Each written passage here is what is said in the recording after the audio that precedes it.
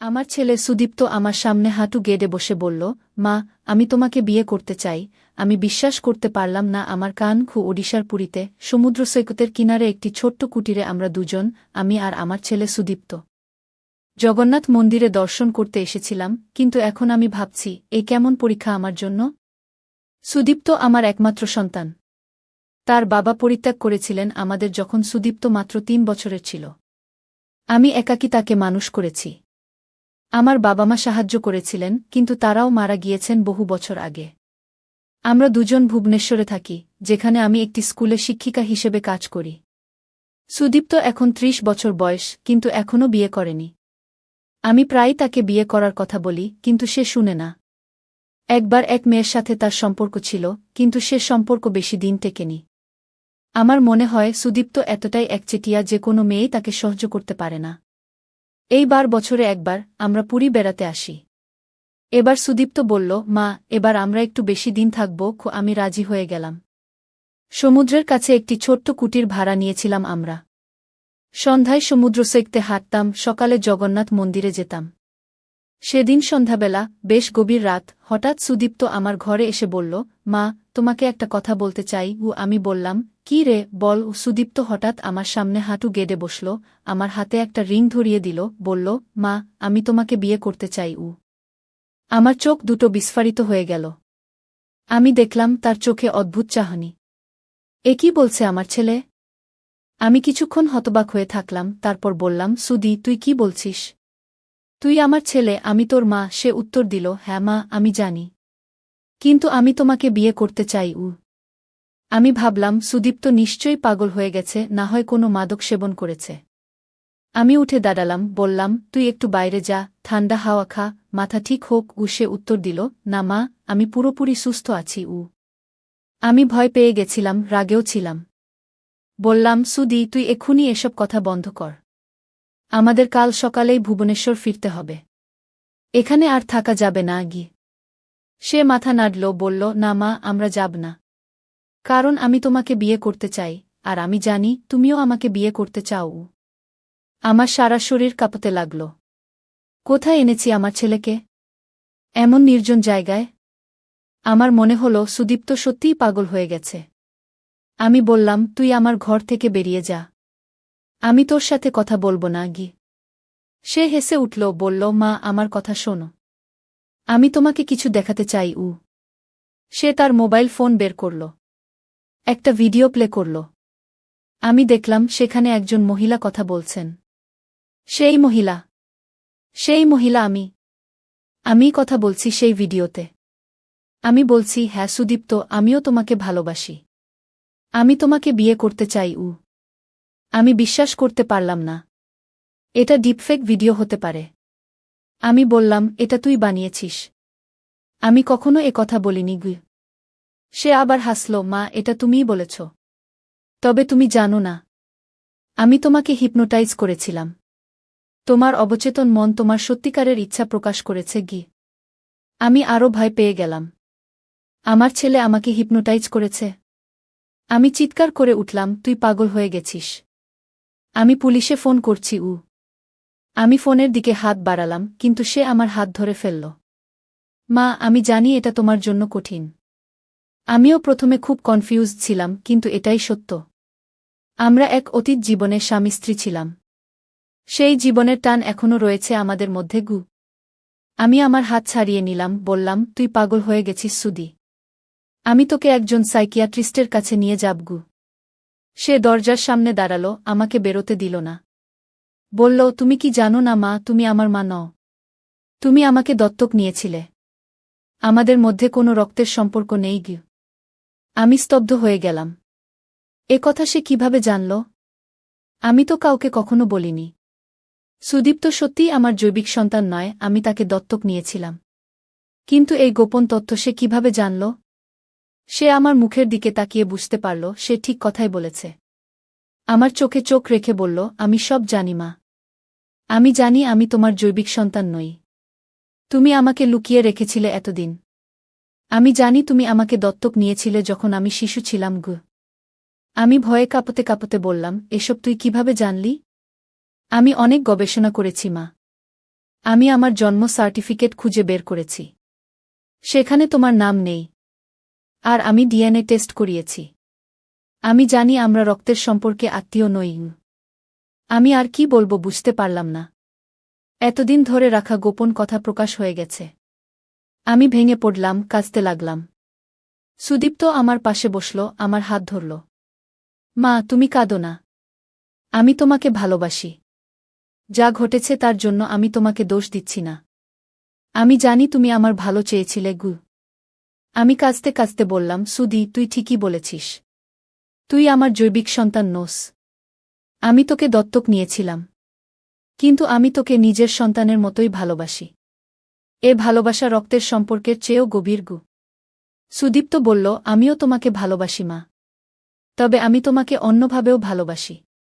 আমি জানি এটা তোমার কাছে অদ্ভুত শোনাচ্ছে, কিন্তু আমি এটা পরিবর্তন করতে পারছি না গে। আমি মাথা ঝাঁকালাম, সুদি, এটা ঠিক নয়। তুমি যদি আমার জৈবিক সন্তানও না হও, তবুও আমি তোমার মা, তুমি আমার ছেলে। এই সম্পর্কটাকে ভুল দিকে নিয়ে যেও না গে। সে আমার হাত ছেড়ে দিল, উঠে দাঁড়াল। আমি তোমাকে সময় দেব মা। তুমি এটা নিয়ে ভাবো। আমি জানি এটা তোমার জন্য কঠিন। কিন্তু আমাদের মধ্যে যে টান আছে সেটা সাধারণ মাছেলের সম্পর্কের চেয়ে গভীর। সে ঘর থেকে বেরিয়ে গেল। আমি বিছানায় শুয়ে পড়লাম, সারারাত কাঁদলাম। আমার ছেলে কেন এমন হল? আমি কি ভুল করেছি তার লালন পালনে? পরদিন সকালে আমি ঘুম থেকে উঠে দেখলাম সুদীপ্ত নেই। তার ঘরে গেলাম, তার জিনিসপত্রও নেই। সে চলে গেছে। আমি সারা বাড়ি খুঁজলাম, কিন্তু তাকে পেলাম না। তার ফোনে কল করলাম, কিন্তু সে ফোন ধরল না। আমি কাঁদতে কাঁদতে সমুদ্র সৈকতে গেলাম। সকালে সূর্য উঠেছে, সমুদ্রে সোনালি আলো পড়েছে। আমি সাগরের দিকে তাকিয়ে ভাবছিলাম, আমার জীবন এখন কি হবে? আমার সুদীপ্ত কোথায় গেল? হঠাৎ একজন বৃদ্ধ আমার কাছে এসে দাঁড়ালেন। তিনি অনেকটা জগন্নাথ মন্দিরের পুরোহিতদের মতো পোশাক পরিহিত। তিনি আমাকে জিজ্ঞাসা করলেন, মা, আপনি কাঁদছেন কেন? আমি কোনো উত্তর দিলাম না, চোখের জল মুছলাম। তিনি আবার বললেন, আপনি কি সুদীপ্তকে খুঁজছেন? আমি অবাক হয়ে তাকালাম তার দিকে। তিনি কিভাবে জানলেন? আমি জিজ্ঞাসা করলাম, আপনি সুদীপ্তকে চেনেন? তিনি মাথা নাড়লেন, হ্যাঁ, আমি তাকে চিনি। সে আপনার ছেলে নয় গু। আমি আরও অবাক হলাম, আপনি কিভাবে জানলেন? তিনি বললেন, আমি অনেক কিছু জানি। আমি জানি সুদীপ্ত আপনার জৈবিক সন্তান নয়। আপনি তাকে দত্তক নিয়েছিলেন। আমি জানি সে আপনাকে বিয়ে করতে চেয়েছিল গু। আমি অবাক হয়ে দাঁড়িয়ে রইলাম। এ লোক কে? এ কি করে সব জানে? তিনি বললেন, আমি শ্রী গোপাল কৃষ্ণ দাস। আমি জগন্নাথ মন্দিরের পুরোহিত। আপনাকে একটা গল্প শোনাতে চাই। আপনি শুনবেন? আমি মাথা নাড়লাম। তিনি বললেন, বহু বছর আগে এক পুরুষ ও এক নারী ছিলেন। তারা গভীরভাবে প্রেমে পড়েছিলেন। কিন্তু তাদের পরিবার তাদের বিয়েতে বাধা দিয়েছিল। কারণ তারা ভিন্ন জাতি থেকে এসেছিলেন। সেই যুবক ও যুবতী জগন্নাথ মন্দিরে এসে শপথ নিয়েছিলেন যে তারা পরবর্তী জন্মেও একসাথে থাকবেন, ভালোবাসবেন একে অপরকে গু। তিনি একটু থামলেন, তারপর আবার বললেন, তারা দুজনেই আত্মহত্যা করেছিলেন এই সমুদ্রে ঝাঁপিয়ে পড়ে গু। আমি ভুরুকুচকে জিজ্ঞাসা করলাম, আপনি এ গল্প আমাকে কেন শোনাচ্ছেন? তিনি বললেন, কারণ আপনি ও সুদীপ্ত সেই দুই আত্মার পুনর্জন্ম। আপনারা পূর্বজন্মে প্রেমিক প্রেমিকা ছিলেন। সেই পূর্বজন্মের স্মৃতি সুদীপ্তের মধ্যে জেগে উঠেছে। আপনার মধ্যেও উঠবে যদি আপনি অনুমতি দেন গু। আমি বিশ্বাস করতে পারছিলাম না আমার কান। এসব কি বলছে এই পুরোহিত? আমি কি পাগলদের দেশে এসেছি? আমি রাগ করে বললাম, এসব গল্প মিথ্যা। আমি বিশ্বাস করি না পুনর্জন্মে। আমি জানতে চাই, আমার ছেলে কোথায় গেছে? পুরোহিত বললেন, আপনার ছেলে মন্দিরে গেছে। সে প্রায়শ্চিত্ত করছে। তার মনে হচ্ছে সে আপনাকে কষ্ট দিয়েছে গি। আমি দৌড়ে জগন্নাথ মন্দিরের দিকে গেলাম। ভেতরে ঢুকে খুঁজতে লাগলাম সুদীপ্তকে। অনেক খোঁজাখুঁজির পর দেখলাম সে মন্দিরের পেছনে একটি ছোট্ট ঘরে বসে আছে, চোখ বন্ধ করে ধ্যান করছে। আমি ডাকলাম, সুদি। সে চোখ খুলল, আমাকে দেখে অবাক হল। মা, তুমি এখানে? আমি তার কাছে গেলাম, বললাম, চল আমরা বাড়ি যাই। সে মাথা নাড়ল, না মা, আমি তোমার কাছে ফিরে যেতে পারব না। আমি তোমাকে কষ্ট দিয়েছি। আমি বললাম, ঠিক আছে, আমরা এখন বাড়ি যাব না। কিন্তু তুই আমার সাথে থাক। আমরা কথা বলি। সে রাজি হল। আমরা দুজনে সমুদ্র সৈকতে গেলাম। আমি বললাম, আমি সেই পুরোহিতকে দেখেছি। তিনি আমাকে একটা গল্প শুনিয়েছেন। তিনি বলেছেন, আমরা পূর্বজন্মে প্রেমিক প্রেমিকা ছিলাম। সুদীপ্ত অবাক হয়ে তাকালো আমার দিকে। তুমি বিশ্বাস করো পুনর্জন্মে? আমি মাথা নাড়লাম, না, আমি বিশ্বাস করি না। কিন্তু আমি তোকে বুঝতে চাই। তুই এমন কেন হলি? তুই কি সত্যি মনে করিস আমরা পূর্বজন্মে সে আমার কথা শেষ হওয়ার আগেই বলল, না মা, আমি কোনো পূর্বজন্মের গল্প বিশ্বাস করি না। আমি সে কথা বলতে পারল না, কেঁদে ফেলল। আমি অবাক হয়ে তাকিয়ে রইলাম তার দিকে। এ আমার ছেলে, যে আমাকে কাল বিয়ে করতে চেয়েছিল, আজ কাঁদছে। সে কাঁদতে কাঁদতে বলল, মা, আমি মিথ্যা বলেছিলাম। আমি কোনো ভিডিও বানাইনি, কোনো হিপনোটাইজও করিনি তোমাকে। আমি শুধু তোমাকে পরীক্ষা করছিলাম। আমি বুঝতে পারছিলাম না। পরীক্ষা? কি পরীক্ষা? সে আমার চোখের দিকে তাকালো। মা, আমি জানি তুমি আমাকে দত্তক নিয়েছিলে। আমি জানি আমি তোমার জৈবিক ছেলে নই। আমি এই তথ্য 2 বছর আগে জেনেছিলাম, যখন আমি আমার জন্ম সার্টিফিকেট খুঁজে পেয়েছিলাম। তুমি সেটা লুকিয়ে রেখেছিলে, কিন্তু আমি খুঁজে পেয়েছিলাম। সেখানে আমার বাবা মায়ের নাম ছিল অন্য। আমি তোমাকে জিজ্ঞাসা করিনি, কারণ আমি জানতাম তুমি কষ্ট পাবে। আমি শুনে যাচ্ছিলাম। সে আবার বলল, তারপর বছরখানেক আগে আমি আমার জৈবিক বাবা মাকে খুঁজে পেয়েছিলাম। তারা এখন মুম্বাইতে থাকেন। তারা আমাকে চিঠি লিখেছিলেন, বলেছিলেন তারা আমাকে দেখতে চান, আমার সাথে থাকতে চান। আমি চমকে উঠলাম, কি? তারা তোকে নিয়ে যেতে চান? আমার বুক ভয়ে কেঁপে উঠল। আমি সুদীপ্তকে হারাতে চাই না। সে বলল, হ্যাঁ, তারা চান আমি তাদের সাথে থাকি। তারা আমাকে অনেক ভালোবাসেন। তারা বলেছেন তারা আমাকে দিতে বাধ্য হয়েছিলেন অর্থনৈতিক কারণে। কিন্তু এখন তারা ভালো অবস্থায় আছেন, আমাকে ফিরে চান। আমার চোখ থেকে জল পড়তে লাগল। এটাই কি সেই কারণ যার জন্য সুদীপ্ত এমন আচরণ করছিল? সে কি আমাকে ছেড়ে যাবে? আমি বললাম, তুই কি যাবি তাদের কাছে? সে কেঁদে ফেলল, বলল, আমি জানি না মা। আমি বিভ্রান্ত। একদিকে তারা আমার জৈবিক বাবা মা, অন্যদিকে তুমি, যিনি আমাকে বট করেছেন, ভালোবেসেছেন, আমার সব কিছু হয়ে উঠেছেন। আমি কাঁদতে কাঁদতে বললাম, সেই জন্যই তুই আমাকে বিয়ে করতে চেয়েছিলি? এটা কি একটা পরীক্ষা ছিল? সে মাথা নাড়ল, হ্যাঁ মা। আমি জানতে চেয়েছিলাম তুমি কতটা ভালোবাসো আমাকে। আমি দেখতে চেয়েছিলাম তুমি কি আমার জন্য সব কিছু করতে রাজি। তুমি আমাকে দত্তক নিয়েছিলে কেন, শুধু দয়া করে, নাকি আমাকে সত্যিই ভালোবেসে? আমি বুঝতে চেয়েছিলাম আমি তোমার কাছে কতটা গুরুত্বপূর্ণ। আমি অবাক হয়ে শুনছিলাম। আমার ছেলে এতদিন এই চিন্তা করেছে। আমি তাকে জড়িয়ে ধরলাম, সুদি, তুই আমার কাছে সবচেয়ে মূল্যবান। তুই আমার জৈবিক সন্তান না হলেও তুই আমার হৃদয়ের সন্তান। আমি তোকে বুকের দুধ পান করাইনি, কিন্তু আমি তোকে আমার হৃদয়ের ভালোবাসা দিয়েছি। তুই আমার জীবন, আমার সবকিছু। সে আমাকে জড়িয়ে ধরল, বলল, আমি জানি মা। আমি তোমাকে কষ্ট দিয়েছি, ক্ষমা করো আমাকে। আমি বললাম, তোর কোনো দোষ নেই সুদি। আমি বুঝতে পারি তুই কি অনুভব করছিস। তোর জৈবিক বাবা মা এখন তোকে ফিরে চাইছেন। তুই তাদের সাথে দেখা করতে চাস, তাই না? সে চুপ করে রইল কিছুক্ষণ, তারপর বলল, হ্যাঁ মা, আমি তাদের সাথে দেখা করতে চাই। আমি জানতে চাই তারা কেমন লোক। কেন তারা আমাকে ছেড়ে দিয়েছিলেন? তারা কি আমাকে সত্যিই ভালোবাসেন? নাকি এখন শুধু দায়িত্ব নেওয়ার জন্য তারা আমাকে নিতে চান? আমি বুঝতে পারলাম আমার ছেলে কি চাইছে। ঠিক আছে সুদি, আমরা তাদের সাথে দেখা করব। তোর যখন ইচ্ছা তখন। আমি তোর সাথে থাকব। যদি তুই তাদের সাথে থাকতে চাস, আমি বাধা দেব না। সে আমার হাত ধরল, সত্যি মা? তুমি রাগ করবে না? কষ্ট পাবে না?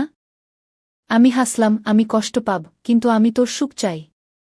তোর যেখানে ভালো লাগবে সেখানেই থাক। তুই আমার সন্তান, সব সময় থাকবি। সে আমাকে আবার জড়িয়ে ধরল। আমরা দুজনে সমুদ্র সৈকতে বসে রইলাম অনেকক্ষণ। সূর্য আরও উপরে উঠে এসেছে, সমুদ্রের জল ঝিকমিক করছে। সুদীপ্ত আমার দিকে তাকালো, বলল, মা, আমরা কাল ভুবনেশ্বর ফিরব। তারপর আমরা মুম্বাই যাব ওদের সাথে দেখা করতে। আমি মাথা নাড়লাম, হ্যাঁ, আমরা যাব। তবে একটা কথা বল, তুই যে বললি আমি তোমাকে হিপনোটাইজ করেছি, সেটা কি সত্যি? সে হাসল, না মা, সব মিথ্যা। আমি তোমাকে কখনো হিপনোটাইজ করিনি। আমি কোনো ভিডিও বানাইনি। আমি শুধু তোমাকে পরীক্ষা করছিলাম আমি স্বস্তির নিঃশ্বাস ফেললাম। আমি জানতাম আমার ছেলে এমন কাজ করবে না। আর তুই যে বলেছিলি আমরা পূর্বজন্মে প্রেমিক প্রেমিকা ছিলাম, সেটাও মিথ্যা। সে আবার হাসল। হ্যাঁ মা, সেটাও মিথ্যা। আমি জানি না পূর্বজন্ম বলে কিছু আছে কি না। তবে সেই পুরোহিত আশ্চর্য, তাই না? তিনি কিভাবে আমাদের সম্পর্কে এত কিছু জানলেন? আমি ভুরু কুচকালাম। কোনো পুরোহিত? যিনি তোমাকে সেই গল্প বলেছিলেন, জগন্নাথ মন্দিরের পুরোহিত? আমি আরও অবাক হলাম। তুই কিভাবে জানলি? তুই কি তাকে দেখেছিস? সে মাথা নাড়ল। না, আমি তাকে দেখিনি। তুমি এখন বললে যে একজন পুরোহিত তোমাকে সেই গল্প বলেছেন আমি ঘাবড়ে গেলাম। সুদি, আমি কখন বললাম সে একজন পুরোহিত? আমি শুধু বলেছিলাম আমি একজন লোককে দেখেছি যিনি সেই গল্প বলেছেন। আমি বলিনি তিনি পুরোহিত। আমরা দুজনেই একে অপরের দিকে তাকালাম, বিস্ময়ে হতবাক। সুদীপ্ত বলল, কিন্তু আমি কিভাবে জানলাম যে তিনি পুরোহিত? তিনি কি সত্যিই পুরোহিত ছিলেন? আমি মাথা নাড়লাম। হ্যাঁ, তিনি জগন্নাথ মন্দিরের পুরোহিত ছিলেন। আর তিনি আমাকে বলেছিলেন তুই মন্দিরে গেছিস সুদীপ্ত অবাক হয়ে বলল, আমি সত্যিই মন্দিরে গিয়েছিলাম। তিনি কিভাবে জানলেন? আমরা দুজনেই কেমন যেন শিহরে উঠলাম। এটা কি একটা যোগাযোগ নাকি? আমরা দুজনেই একসাথে বলে উঠলাম, পুরোহিতকে খুঁজতে হবে। আমরা দৌড়ে জগন্নাথ মন্দিরে গেলাম। সেখানে অনেক পুরোহিত ছিলেন, কিন্তু আমরা যাকে খুঁজছিলাম তাকে পেলাম না। আমরা ঘুরে ঘুরে খুঁজলাম সারা মন্দির, কিন্তু তাকে পেলাম না। অবশেষে আমরা একজন বৃদ্ধ পুরোহিতকে জিজ্ঞাসা করলাম, শ্রী গোপাল কৃষ্ণ দাস নামে কাউকে চেনেন? বৃদ্ধ পুরোহিত ভুরু কুঁচকে বললেন, গোপাল কৃষ্ণ দাস? এখানে এই নামে কোনো পুরোহিত নেই।